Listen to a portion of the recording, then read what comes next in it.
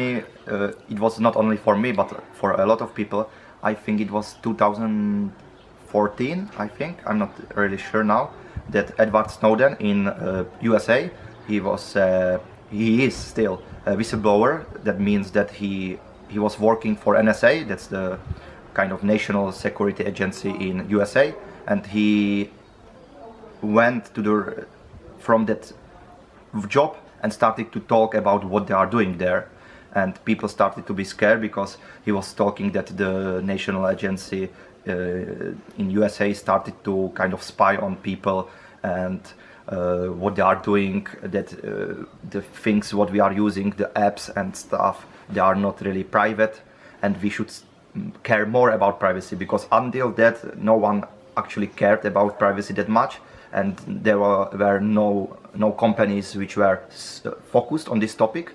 And everyone was like, okay, I will share something on internet, like now no one will read it or something. But actually this guy, this Edward Snowden, he actually started to say to the world that it's actually important, they can use this data. I can recommend, first of all, for sure, is to think about passwords, because it's the main thing when we are logging into things, that the hackers or the other people who wants to attack us on the internet can guess the password or use some tools to actually break to our accounts. So I think it's important to think about the passwords for sure. And very easy tool what to use or application is password manager. It's pretty easy. You will just have to remember one password, and after that you will have all your password in this kind of password manager. So it's really very easy tool. Only thing is to because when you are starting, you are already using a lot of accounts, so you have to write all of your accounts to this, change your password to some generated one, not that you will remember something like random 32 characters password, and you will just remember this one long password, very good secured one, and after that you will put it there and you will have everything there. So this is very good, like example how to, you don't have to do much, but you will improve your security or privacy on internet very, very well. Can it be hacked? This one is because if you have just one password and it's very, very good one, like a very long sentence with different symbols, but you will just remember this one, it's much more difficult for the attacker, the hacker, to be to kind of break to your accounts and to get your password. So it's still much safer than to use one password, which is like really like password 1 2 3 everywhere, and it's like really easy to break in. So it's better to have one very strong password and have all of these generated passwords which no one can possibly break to it. I can start like when I start to work with kids and also with youth, we didn't think about digital tools at all. But then coronavirus started, and we needed to change everything. So we needed to learn how to teach the others through internet, through digital tools. So yeah, we studied a lot. We've learned from different countries, from different teachers. They started to create more and more tools which are good for learning and for teaching. So yes, I'm using right now a lot of them, because even if coronavirus is not with us anymore, now we have more tools which we can use. So for example, but I don't remember like names, but there is a website where you can find your favorite song. For example, I don't know, Katy Perry something, you just write it, and you can see the video clip, and you can choose your English level. So for example, beginner, advanced, what we want.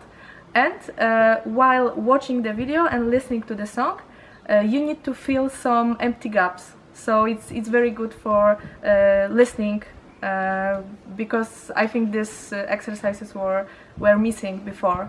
As I remember, only listening which we had, it was just the radio, we put some CD, and it was a little bit boring. But this one is nice, and it's very creative, and everyone likes songs, so you can choose your favorite, and that's nice. Also, I'm using word wall a lot. It's a website where you can register as a teacher or you can go there as a student, and you can create your own materials. There is a lot of options, so you can create games. That's also cool because kids love games. And also I'm using Quizlet, Kahoot. So yeah, there is plenty of them. Just remember, there is one website, I think is English Council, and there are some articles for learning English, and you can choose your English level. For example, if you are A1, A2 or B1, you just write your English level, and the website will show you some articles which you can read, which is exactly this level. So if you don't know some complicated words, you can just choose like A2 and you can read some simple article, and after this article you can do some exercises. So I'm also using this one, and it's very cool. In the future everything will be digital, and I'm a little bit scared of that because I think if we meet with people in person, then we can socialize, and also kids or youth, they need that, and also adults, because we are like social animals, so we need to have the contact with other person. But I think in the future we will have like a lot of artificial intelligence and a lot of digital tools, and it will be easier and faster to do something online. So I'm afraid of that we will lose our social values, and maybe we will become a little bit like robots, and yes, I'm afraid of that. I was saying that with the AI, I think it's for sure future. Now you can see it even now that it's already improving a lot, and for sure in the future, and not even like 10 years in the future, but even like every month is getting more and more advanced, and we can see the results. So I think it will dramatically change very quickly, and we have to adapt like always, because when the internet started to be a thing, we also had to adapt.